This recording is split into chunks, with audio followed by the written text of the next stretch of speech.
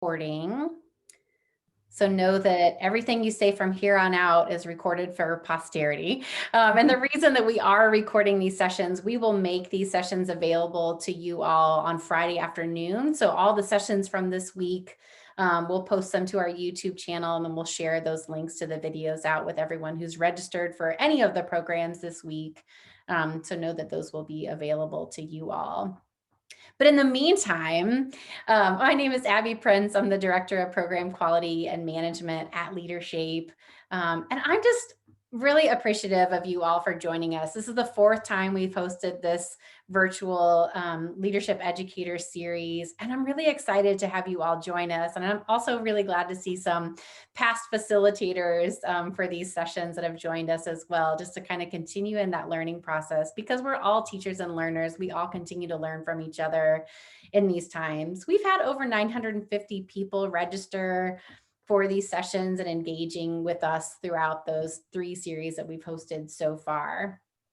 The purpose of our time together is to share questions and thoughts and best practices as we continue to reimagine how we deliver engaging leadership programs to students through virtual platforms.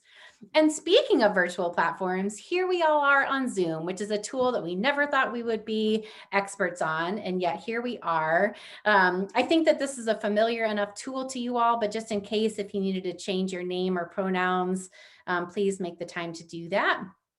My apologies here. And I will ask you too, if you could keep yourselves muted and your cameras turned off for the most part.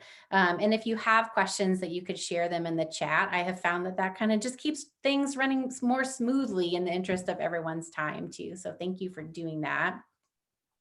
I'd like to offer a land acknowledgement as we get started here today.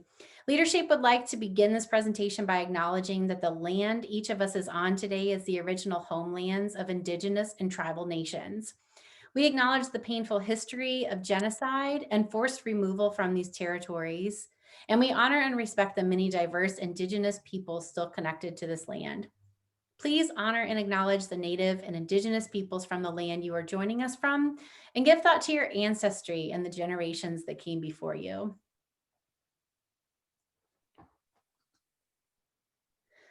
LeaderShape's vision is a just, caring, and thriving world where all lead with integrity and a healthy disregard for the impossible. And our mission then is to transform the world by increasing the number of people who do that, who lead with integrity and a healthy disregard for the impossible. Today, we welcome Jess Dyrdahl from Colorado State University, who has graciously agreed to assist in the facilitation of this conversation. Jess's full bio is listed in the description of the meeting invite that you all received of this presentation, but I'd like to just invite Jess to say hello and briefly introduce herself. Yeah, hello everyone. So like Abby said, my name is Jess Dyrdahl. My pronouns are she, her, and hers. Joining you all today from Fort Collins, Colorado. Abby, thank you for sharing the land acknowledgement, and I want to honor that. Fort Collins is home of the Cheyenne, Arapaho, and Ute nations. And I am in Colorado, although my flag behind me says is North Dakota, which is where I'm from, and that's why I say flag. And so you might see a little O's and A's and stuff like that for all my Midwest folks out there. But really excited to join you all. I started with LeaderShape as a student in 2005, and then continued on, as you all probably have with LeaderShape, reunions at the different conferences and things throughout the years. Got to return back to Allerton in 2019 as a cluster facilitator. Was able to be the program coordinator for CSU's campus-based session up in Estes Park, where it was in May, and I remember we got, I think, 3 feet of snow, and so we almost got like kind of stuck in the mountains, but the snow was beautiful, and it was May, and there you go. But yeah, just really happy to join you all and be a part of the LeaderShape family. Very good. Thank you so much for that, Jess. And my apologies for the mispronunciation of your last name. Happens all the time. Sorry about that. Very good. Well, I do want to kind of move us on into gathering some data about each of you all today as we continue on and building community together. So we've developed a couple of polling questions for you. So first off, let me share this first polling question for you. They're fairly simple. Has anyone in your department or division been furloughed?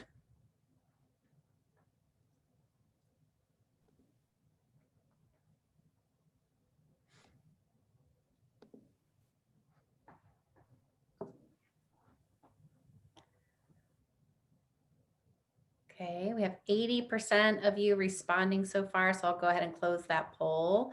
And it looks like, yeah, for 80% of you, you haven't had any furloughs in your department or division. Let's hope that continues.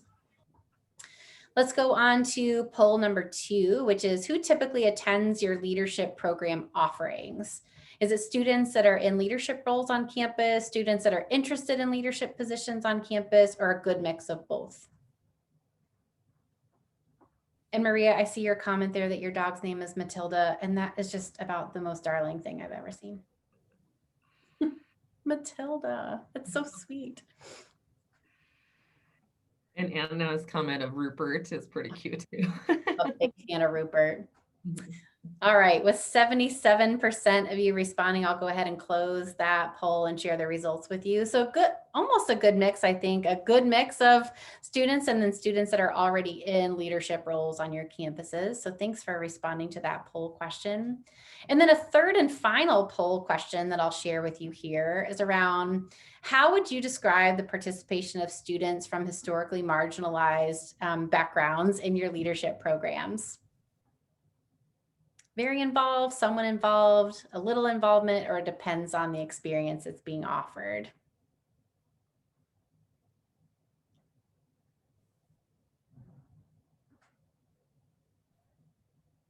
I love watching these numbers roll in. It's just such fun background information. Definitely. Right. And another Rupert. Oh, gosh, I love that. All right, 82% of you responding. So I'll share these poll results with you. And what a good mix, honestly. So it looks like most of you said it depends on the experience and then otherwise somewhat involved, or what you're seeing there from those students from historically marginalized backgrounds. So thank you for sharing that. I really appreciate just kind of getting a sense of what's happening on your campus and the students that you're involved with and in your departments and offices. So thank you for sharing that. I do just want to, before I totally turn things over to Jess, I want to offer that there are lots of definitions of leadership out there. And the one that LeaderShape subscribes to is that leadership involves living in a state of possibility, making a commitment to a vision, developing relationships to move that vision into action, and sustaining a high level of integrity. Effective leadership takes place in the context of a community and results in a more equitable society. We know that the terms unprecedented and pivot may feel overused at this point, but here we are, starting off the year of 2021, still largely in a state of pandemic and virtually participating. And after a fall semester that was unlike any other that any of us had experienced, we thought that it might be helpful to pause and reflect on our successes and struggles. And so what did we learn? How do we look to use the lessons learned to better develop our leadership programs in the future? I'd like to invite Jess to engage with you from this point on that topic. So again, please use that chat box to share your questions and comments and resources. And just once again, as a reminder, we are recording this and we'll share that recording with all of you tomorrow afternoon. So Jess? Perfect. Thank you, Abby. And thank you all for already getting the chat going. I love that you have a puggle named Pugsy, Clarissa. My supervisor has a pug and she has like a pug onesie that she likes to wear around. So it's pretty fun. And Samantha also is a great name. So yeah, like Abby shared, so I'm just going to be going through and just share a little bit about my experience in connecting with student leaders throughout the last 10 or so months. But to give you, and there'll be a lot of time, and I hope that you really do engage in the chat, and I'll be asking specific questions, but feel free to engage at any point if something kind of sticks out to you. But I thought it was helpful just to give a little bit of my context of where I was even coming from leading into this. So my background as far as student affairs and higher education has mainly been with student organizations, Greek life, and now currently in my role as student government. So I'm the advisor of the student government at Colorado State University. There's about 100 students that I work with in the 3 different branches that mirror the branches of our federal government as well. And so I've worked at a variety of institutions as well. currently, like CSU is a large public institution, predominantly white, mainly residential campus, but I've also worked at the University of Alaska, Anchorage, mainly commuter, non-traditional students, Indiana University, another Midwest connection, and also worked abroad for Northeastern University in Dublin, Ireland. So that's kind of my context set of engaging with student leaders leading up to my current role of very hands-on, very direct connection is where I'm coming from. Other connections to student leaders is I've taught in leadership programs at the various institutions throughout the years. And then I also facilitate a lot of trainings for different leaders. So I think Marissa from our campus is here. So I've worked with the students that she's worked with too. So just that's kind of where my context is coming from. So I wanted to go over some lessons that I've learned in this pandemic. And again, invite you all to engage in the chat as we go through this. So the first one is really talking about giving grace. As Abby shared, now we're pretty much mainly all experts in Zoom, but if you think back to the beginning, we weren't. And there was a lot of, even last night I was on a Zoom call with a friend's mom, and it was the first time she ever used Zoom. So she, walking her through of how to turn the camera on, which is now maybe commonplace to a lot of us. But still, even to this day, there's people that might not know all the ins and outs of the virtual world. So I think just giving that grace with it. You're going to hear a lot of stories from me throughout this presentation too. So one story of giving grace is I work with student government advisors around the region in Colorado. We just came together a couple of years, we're all working on amazing things. How can we really pull from each other's expertise to engage with our students, really work with one another? So this summer I was on a conversation and I had 2 interns working for me this summer, and in the middle of this call, a student, it was really hot, just takes off their shirt. And so I'm like trying to turn off their camera and stuff. And, I talked to the student later and they were so embarrassed. He said, oh, I didn't realize I was, used to working a lot in a different room and it was just hot. And so just giving that grace and knowing that mistakes happen, I would say.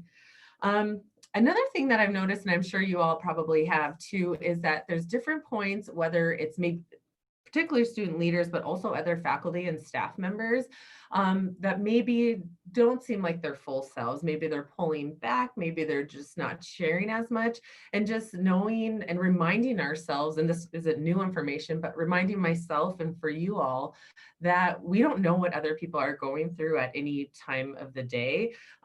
There's lots of other responsibilities. Right now, some of you might be trying to rush, have lunch right now in between all your meetings. You might be homeschooling your children. You might be prepping for your syllabus that you're going to be teaching next week. There's lots of things that are pulling us in other directions. So really recognizing that and giving ourselves another grace. So I'd be curious, this is kind of my first question in the chat is, I've talked about showing grace to others, but how do we show grace to ourselves? How do we give ourselves the maybe same support that we show our students, throughout the last few months? So is there ways that you all show grace to yourselves? And thank you, Abby, for putting that question in the chat.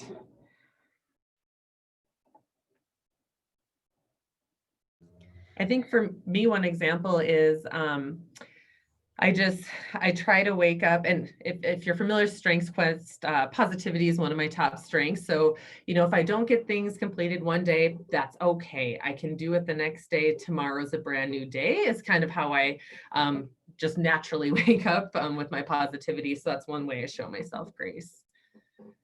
Jess, I love that. And thank you for sharing your own example too. I think that positivity is so helpful. I think I keep reminding myself about how I talk to myself should sound just like how I would talk to someone else, right? Like, because I made a mistake doesn't mean I'm going to beat myself up and keep thinking about it and taking up rent space in my head for the next day and a half or whatever. Like, mistakes are okay. It is okay. You can move on from that mistake and learn to do better the next time. And I see so many people responding in the chat to this question too. And so I hope that that is a good indicator that we're perhaps doing that better than we're giving ourselves credit for, maybe.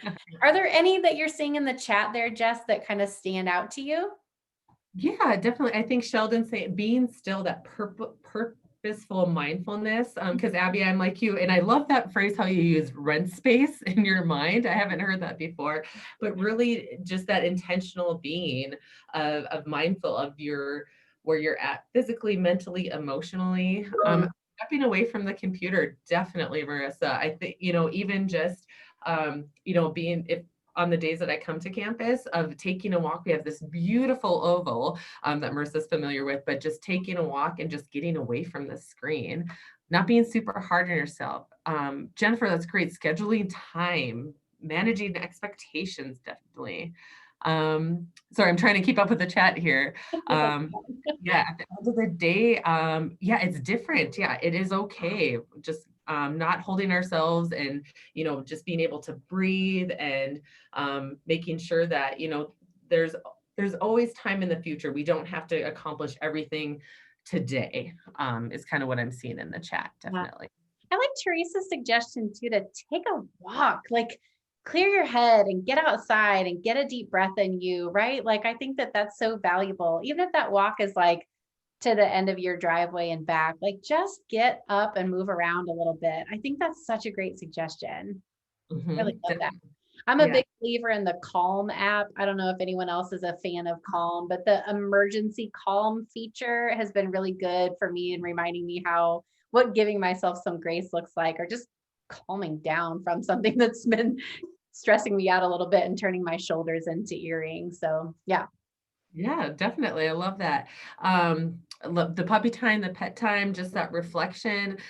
Nicole, that's great. You're able to reflect weekly. And I know I haven't done this yet, but other people like actually writing it down and putting it in a jar. And then like, at the end of the month or you're having a hard day, pulling that out. I even think of LeaderShape of, when you write each other notes at the different sessions, I have that paper bag in my nightstand. And it's like, when you're having a hard day, it's like pulling out a couple just to remind yourself. So these are all great suggestions. Thank you. I like what Anna says too about making a to-do list and shoot for 75% of it. Like, you got at least something for tomorrow, right? At least something on the table for tomorrow's work. Yeah, definitely. Very good. Yeah. So moving on to try again. So in terms of my role, so I said I was advisor to the student government, which I know some campuses, maybe the student government has a whole host of people to support. Other campuses, I know when I was in Alaska, for instance, that was a part of my full-time role. So it varies. Well, at CSU, the student government is used to having advisors, but never a full-time. So when I came in, they thought that I was there. Well, first of all, the semester had already started, but they thought I was there to be a spy, to babysit, all these other things that I did not sign up for, right? And so when I'm thinking of try again, in my 2.5 years in this position, it's still helping students to understand what my role is and how I'm here to support them. And sometimes I do have to be the bad guy. Maybe you all are in your positions as well, of like, this is against university policies. Sorry, student fees are not able to buy beer and wine at your event, on campus. So sometimes I do have to be the naysayer, but 99% of the time I want to say, yes, I'm here to support you. And so that has definitely been an ongoing approach, I guess, that I've taken of just, when students are just not understanding my role, of just keeping with it. So I think of even the administration I worked with last year, I would try to, in my mind, I'm very relationship focused. And so that's where I'm coming from. If I want to make those connections, I'm not as much of, here's the process and, we're going to follow it exactly to a T. I'm like, I want to get to know you first. So that's just how I come in and approach situations. And so with that, and in student affairs, we love our meetings, right? I was wanting to meet with a group of students. once a week or once every other week. I said it could depend on their schedule, just to see how I could be of support at first. Well, and this was the students that were the branch leaders, so in like positions of power within student government. And I had a couple of them that just did not want to meet with me. Instead of saying that though, they would make up excuses or just not show up. And I stuck with it. I said, I'm going to keep this time blocked off on my calendar. I'm here as a resource. If you'd like to come meet with me. And then at the end, they started coming to me even outside of those scheduled meetings. And so it started, it was kind of that uphill battle at first, but it really paid off of me taking that time in that space. And knowing sometime at some point, you know, we all have a maybe a level where it's not possible to keep that, but just, you know, trying to remind ourselves that it is a process, that it might take students longer to warm up to us for whatever reason. So I even think of just Monday, I was on the phone with a student for about 2 hours, and the conversation started off and she was not happy with some decisions I made. And then later that night, and I'll talk about boundaries in a second, but it was later that night, she texted me because she found out I was running for city council and wants to help me with my campaign. So we started off where she did not want anything to do with me, to all of a sudden she wants to support my political aspirations. So that's kind of where I'm coming with the try again. So question for you is, in those times when you're working with student leaders and for whatever reason, maybe there's some tension, or maybe it's even just as simple as scheduling, maybe it's differences in approaches, how do you keep reminding yourself, you know, that we're all at our own process to keep going? Like, how do you remind yourself, like, you know, just to keep trying? Because sometimes it is really hard. So if you all have any thoughts or suggestions to put in the chat.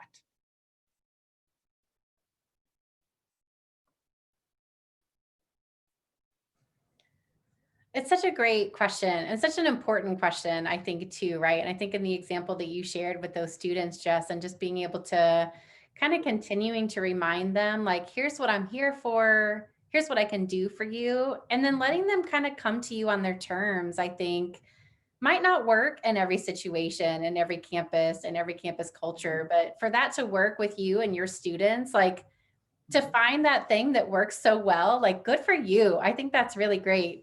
I think I will appreciate this tie-in to boundaries and a couple bullets here for sure. But I appreciate too how the student reached out to you, because I think you're so right that something might land not great with them, but that doesn't mean that they see you as all bad or all good either, right? Like, because you shared something that connected in an interest with them, like, they found things out about you and they wanted to help and be helpful in those ways. And I think that that's really great. I like Definitely.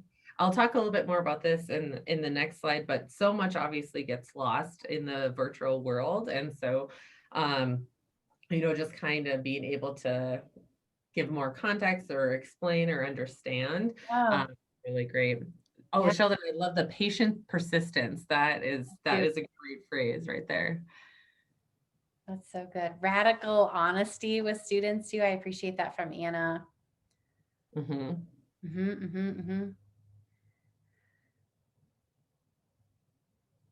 There's always this awkward silence as we're reading through responses, right? I love the intentional outreach, you know, individually seeing how they're doing. Yeah, I don't know about you all, but if you're ever like, in a group email or group text, and then there's just silence and you're, what? But as soon as you do the individual, like, shoulder tap or reach out or whatever that is, you know, getting a better response. So Yeah. Marissa, cheers to your grit. I really value that as a skill as well, for sure. That's great. yeah. That's great.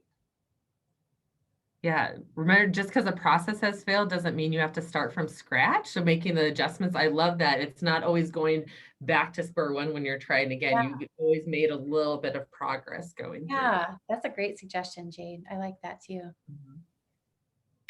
Gently reaching out. Yeah, kind of going into back to the giving grace of we don't know what is going on with other people's lives. And yeah, sharing your own struggles. Definitely.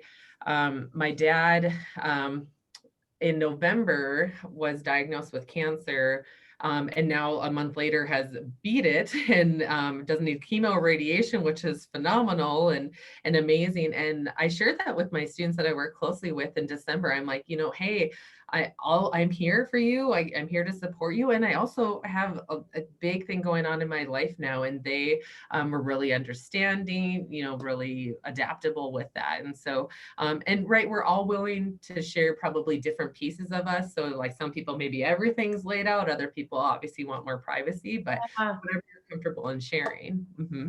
Good. Okay.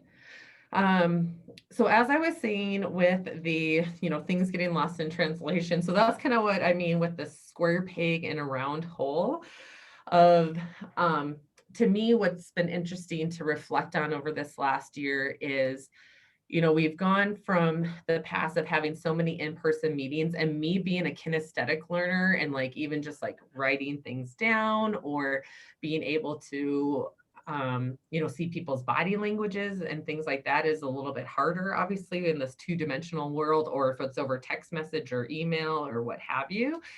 And so a story that I've has been like the past few weeks that we've been working on is the student government at CSU is wanting to give themselves a pay raise, essentially. And there's a lot more context that we don't have time for in this webinar to go through.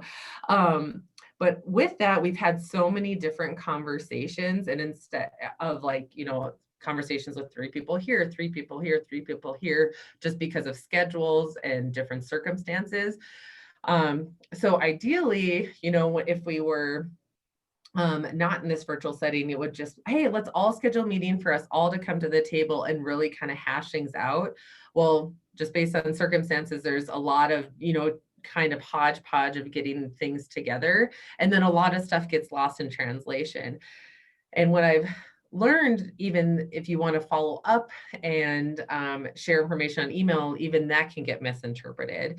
And two, I think of, if some of you might be familiar with the articles of the tenets of white supremacy and like the worship of the written word. So also not trying to rely 100% on, all the, I'm going to record the meeting as such because people are still going to have different interpretations. And so,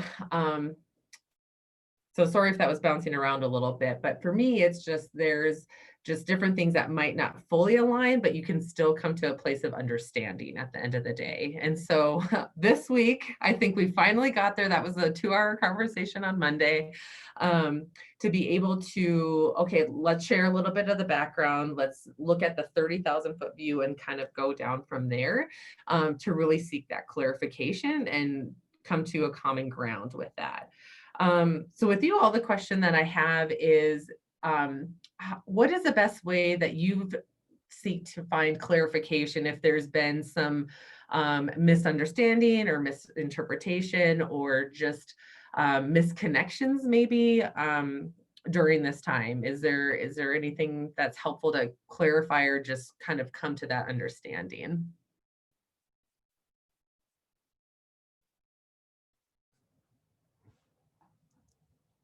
That's a great question for the group too, Jess. I really appreciate that. I think that so often thankfully now we can at least see each other, right? And that helps to kind of see body language as we're talking, whereas perhaps maybe before we were using Zoom, or if it's only over email, that's really hard to, or it's easy to make incorrect interpretations that might require some of that clarification through our virtual time. So yeah. Yeah.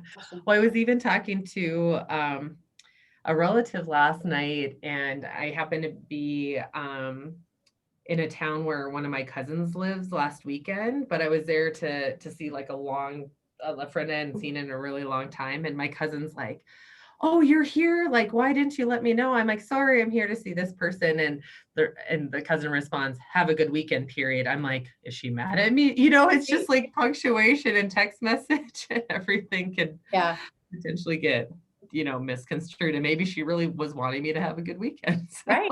Yeah, you're exactly right. Yeah. Marissa. Yeah. Go ahead, Jess.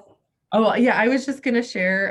There was to Marissa's point, a couple weeks or it was in regards to this pay increase. Students had written a bill, which is typically how you get things passed in the student government, and had heard that I wasn't going to approve it. Mhm. And there was a lot of reasons that I wasn't going to approve it as it was written, but not that I don't believe that they should get paid more, just as it was written. And so a student called, I can't believe you're saying no. And so we ended up talking on the phone for like 15, 20 minutes. And I explained to her where I was coming from. And then at the end, she's like, oh, but it's kind of like, that clickbait or the headlines of, advisor says no, but you don't Right. get all the context, And so I think those quick connections really help. Yeah. Yeah, I agree. And Jennifer and Teresa are in great agreement here about kind of restating or asking someone to explain, like, this is what I thought I heard you say. Can you help clarify that? I think it's such an important and small thing to do that we don't do often enough. So I appreciate maybe Jennifer and Teresa are doing this better than a lot of other folks. But Jim, yeah, I agree with you too, is that paraphrasing, just asking them to put into other words, perhaps what it was that you thought you heard. Uh, Mhm. Travis's statement about I seek to understand rather than to challenge. That is such an inviting phrase, honestly. I'm going to start using that, Travis. Should I we know. I was like, but Travis, I'll give you credit every time I use it, but I really like that phrase. That's really great. It mhm. removes that defensiveness, I think, from asking the question, doesn't it? Yeah. Definitely. I'm like, I want to write that down and come back to that and have students know that, because I think that just helps break down that barrier of like, no, like, let's come to that common ground. Yeah. Travis is Um, literally writing that on a post-it right now. yeah. Yeah, Jim, that's great. Help me understand. I feel like I was using that a lot more in person, and as for whatever reason, virtual just seems obviously it's different, but help me understand is such a great way because it really provides that openness, I think, for sure. Mhm. In interest of time, I'm going to go through the next three just a little bit more quickly than I have been so we can get to our guiding questions. But in terms of boundaries, if any of you all were in the conversation yesterday, we did talk a little bit about this. And I think what's been really great about this for me personally is students have been able to reach out to me more. Typically before, last March, it was only, they would kind of come into me, like if I'm, physically in my office on campus now, they would pop into my office if they saw me in here. But unless we had a scheduled meeting, it wasn't like they were calling or texting or emailing as much. Well, now that's pretty much the ways that they connect. And so I think that helps of them just maybe that comfort level of like, hey, reaching out. On the flip side, I was getting, over when the university was closed, I was getting calls and text messages, sometimes 5 a.m. in the morning, sometimes 11 o'clock at night. Mm. And so, so there's the benefit of like the multiple ways of increased communication, but there's potentially the downfall of us setting boundaries. And sometimes they might see, and I know I'm totally guilty of it, they might see us working at odd hours and so feeling like they can connect. So my question to you all is, how do you all set boundaries for yourself when you are connecting with those student leaders? Is it sticking to, business hours? Is it, they can contact you whatever, however form, what are ways that you try to do boundaries for yourself? And it doesn't have to be directly with student leaders. It could just be work-life balance in general. And as us in higher ed, and people may not only be in higher ed, of course, on this call, but I know sometimes we're not the best. So if you all have any words of advice to share for boundaries.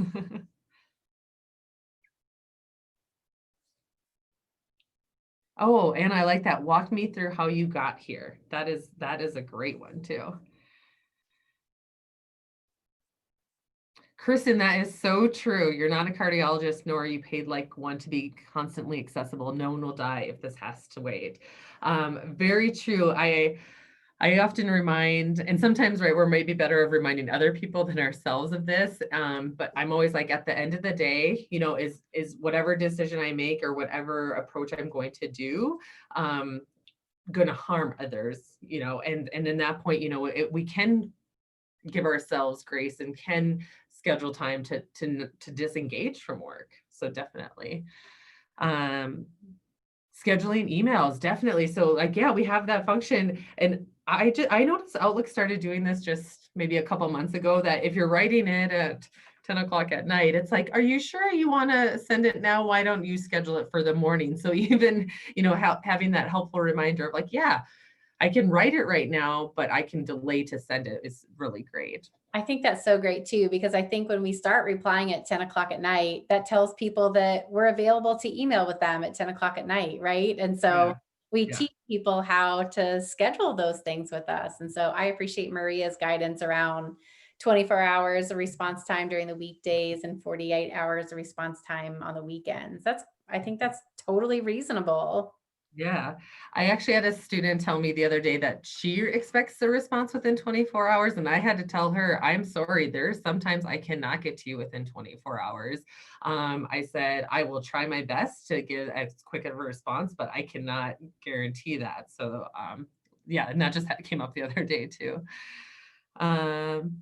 Scarlett, oh, it's a grad student expectation early that you're not available certain days, which is great. And yes, it is very hard to push yourself sometimes. For me, I know it's like blocking time off on my computer of like, nope, I'm not, I'm working on, this annual report and not responding to emails, things like that. Yeah, not answering your work phone. Yeah, so definitely setting those boundaries.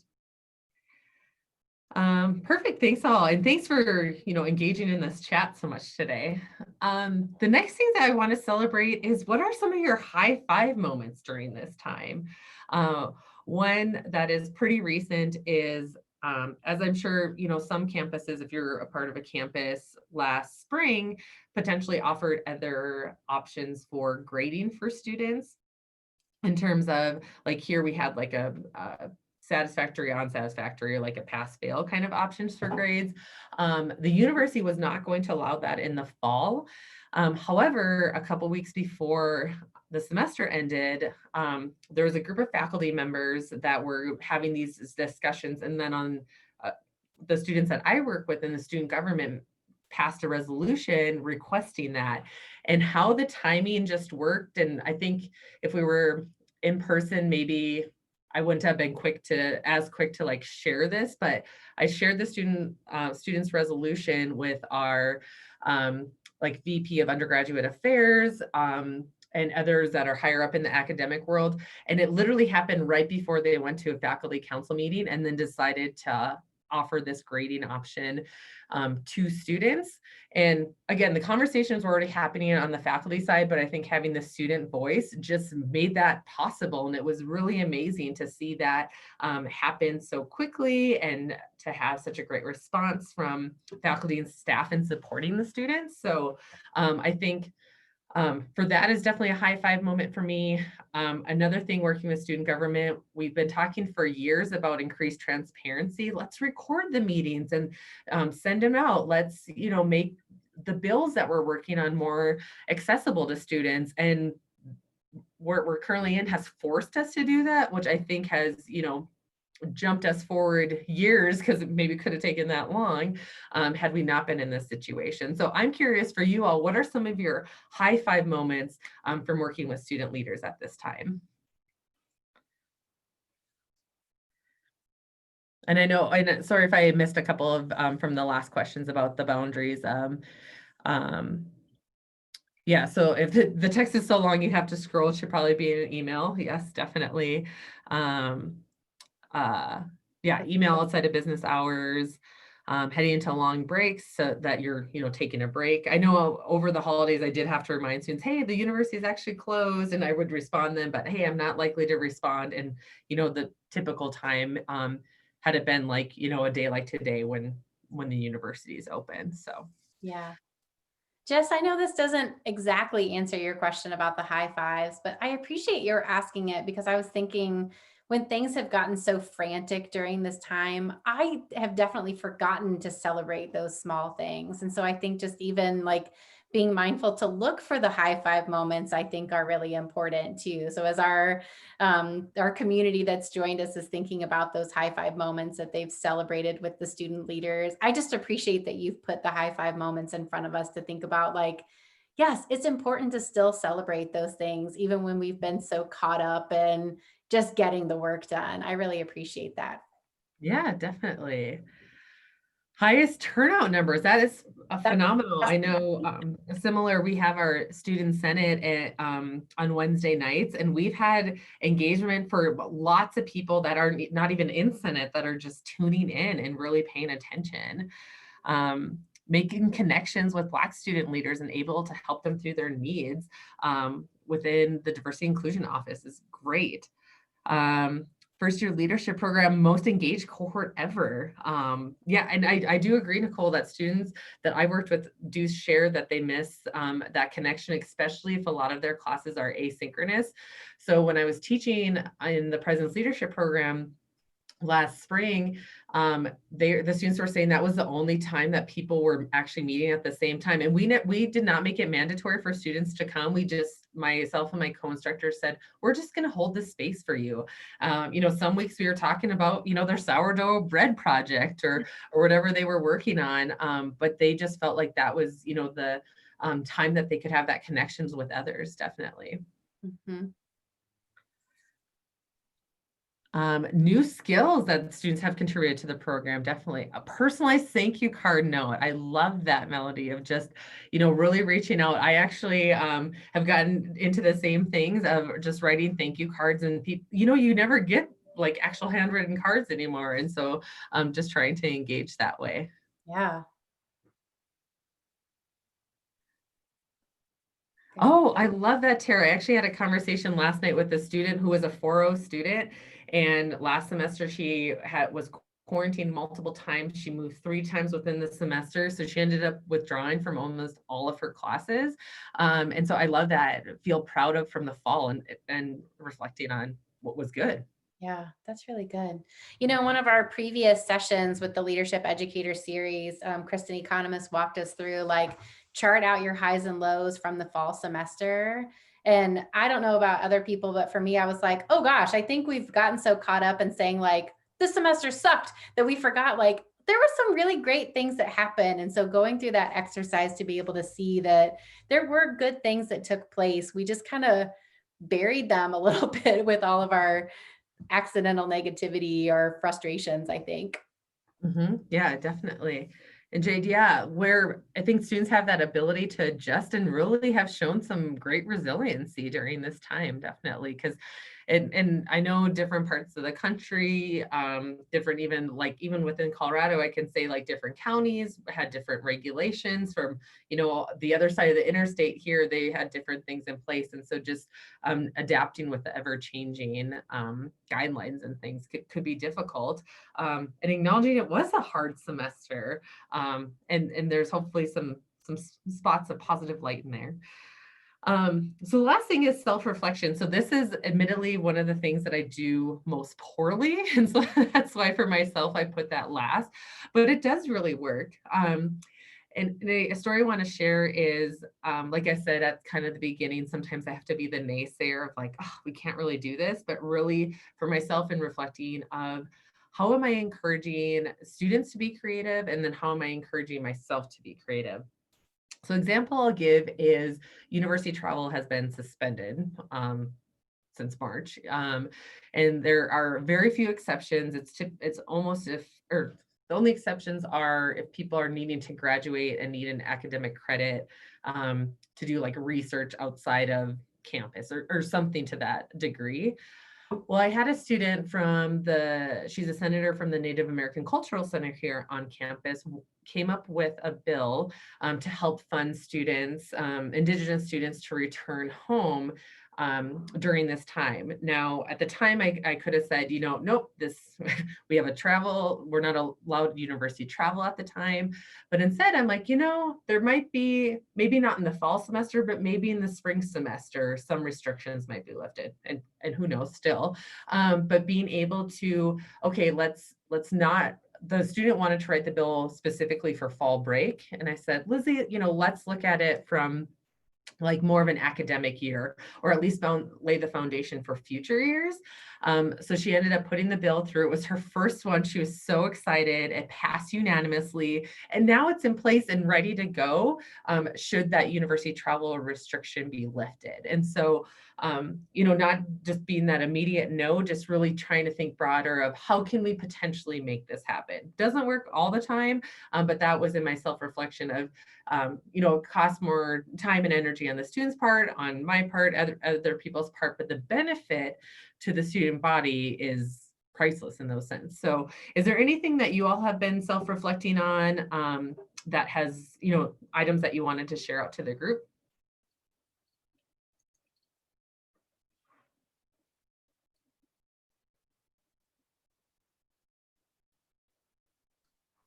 I feel like so many of those responses are kind of replicated already, right? Just in thinking about like, oh, I've learned that I need to ask for more clarification, or, oh, I've learned that this is how I set my boundaries. And so I kind of appreciate that as almost an accidental summary question to all these lessons learned, Jess, right? Just in thinking about all the things that we learned in this semester about what it looks like to give ourselves grace. And I appreciate that. Yeah, it was definitely unintentional, but I do agree with you, Abby. Yeah. Yeah, what is important and what isn't important, definitely. Yeah, and finding that. Well, and looking at the time, we can probably move to the guiding questions as well, as we've kind of been already going through, so some might be repeat, but how to be more intentional, definitely. I think, Nicole, for me is just, okay, so how am I looking? How does this play into the big picture? How does this, benefit the students, the campus community, the Fort Collins community in different ways? So for this, just wondering, so the first question is, in what ways have you built connections with student leaders this year? And some of the information you might all know, but I think for me, it's just even learning new platforms are out there. So for instance, yesterday in our staff meeting, we were using Jamboard through Google, which essentially is like an online post-it note board. And so like, what are different ways that you've built connections? Is it, we had, with the class I taught, we had a show and tell, of like, grab something, could just be an icebreaker, but grab something like my water bottle and describe, why is it important to you? So I think just trying to be a little bit and thinking outside the box. So is there anything that you all did that we haven't touched on yet to build connections this year?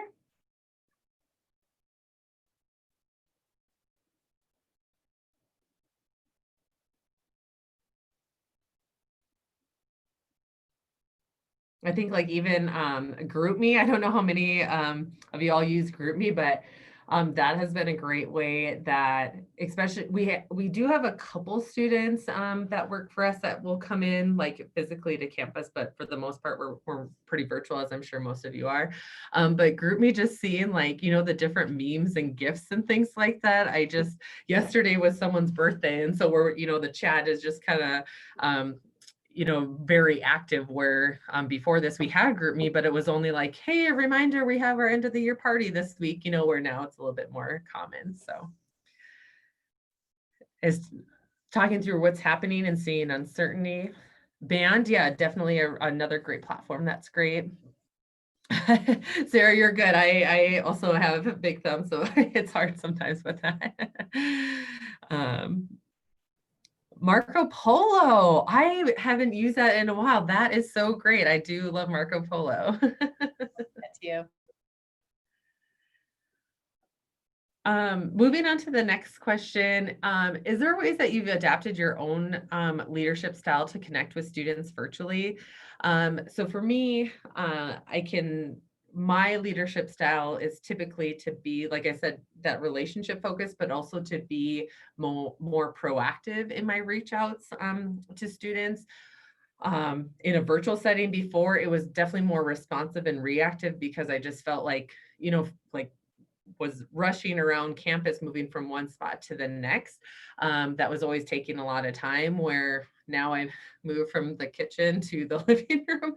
So, maybe have some time saved there. So now my leadership style is to be more proactive than reactive. So seeing if you all have other ways that your leadership style may have adapted a little bit when you're connecting virtually versus when we're in person. Oh, the goose chase, Teresa. Sorry, I missed that. We started that on our campus for the fall for our Ram welcome. So like kind of the welcome weekend. And yeah, it would seem to be a pretty big hit with the students and all that engaged with it, definitely. That sounds so fun. Mhm. I appreciate this question, Jess, though, about how to adapt your leadership style, because I think it doesn't always work the same in person as it does virtually, right? We've had to make adjustments to what that looks like, or yeah. So I see Maria's response here about just being a little less structured, which I so appreciate. I think that, I don't know about y'all, but that I think was really hard in the beginning, to think that it had to look just like it looked in person, or the ways in which we interacted had to be the same. And then realizing that they can't always be the same. And so that lack, or like loosening up the structure a little bit. I agree, Maria. I think that's really valuable. Definitely.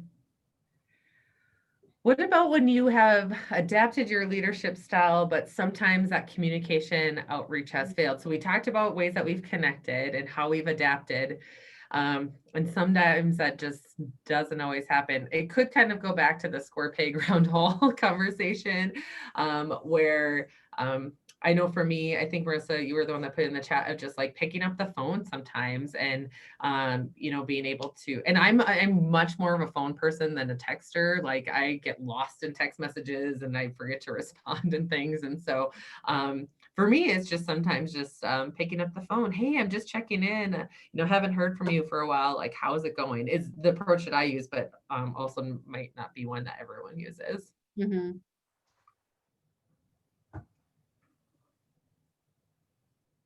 And then I do want to get to the next question on the next slide, because this is pretty different. And I was actually having a conversation about this just with College Council advisors the other day.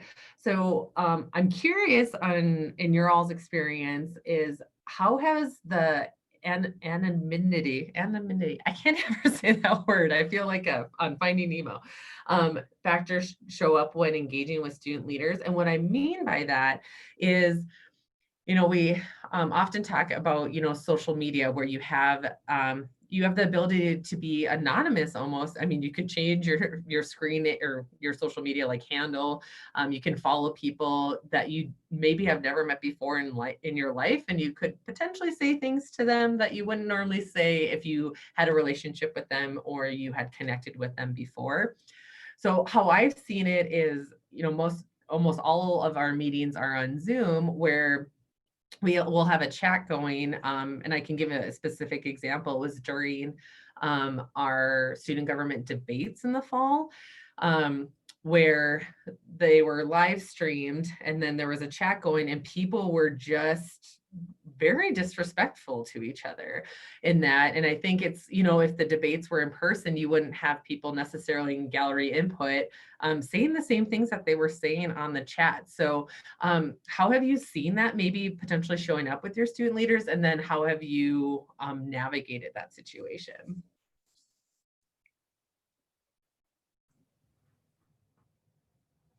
That too, I know I keep repeating myself. That's such an important and kind of a niche question, right? For this audience, just in thinking about like, what is that like with that student leadership engagement too? And is there kind of that feeling of like hiding behind with Yeah. that, like considering their own anonymity and how they're responding or not participating too? Yeah, definitely.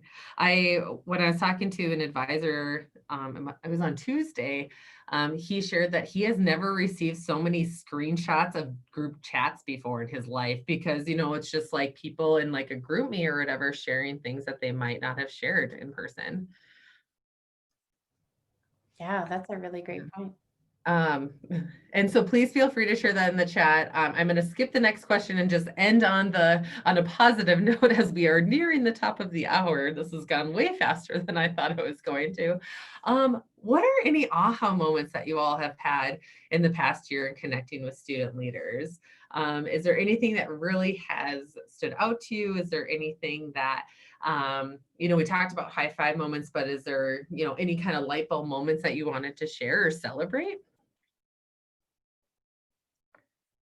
Oh, Jim, yeah, definitely. We've had in student government, even some of the leaders say, like, you know, please don't use the chat for kind of personal conversations. So they've taken off where you can't privately chat someone else. And I'm like, well, then they're going to be chatting on their phones. And, you know, there's a lot of different ways to navigate those situations. So yeah, just trying to see what's going on. But yeah, any other aha moments or any other kind of closing thoughts that you all have? And again, I want to express my gratitude for you all joining today, for being very engaging and interactive. And sorry, I had to kind of rush through the slides at the very end here, but I actually, yeah, and Abby, I know either if you or Kristen Yeah. want to share at the end about LeaderShape opportunity. Exactly. And I'm so sorry. I do have to drop off for another meeting, but I have transferred over the host responsibilities to Kristen Young. You're in much better hands now, but I will move us into this final slide as we do that, so that Kristen can share with you a little commercial about LeaderShape as I start to drop off. But thank you all so much for your time. Jess, thank you so much for your expertise and sharing too. Thank you all so much. Yeah, thanks, Abby. Wonderful, wonderful. Well, thank you again. And yes, Jess, thank you for the great conversation. Thank you everyone for contributing so much to the chat during the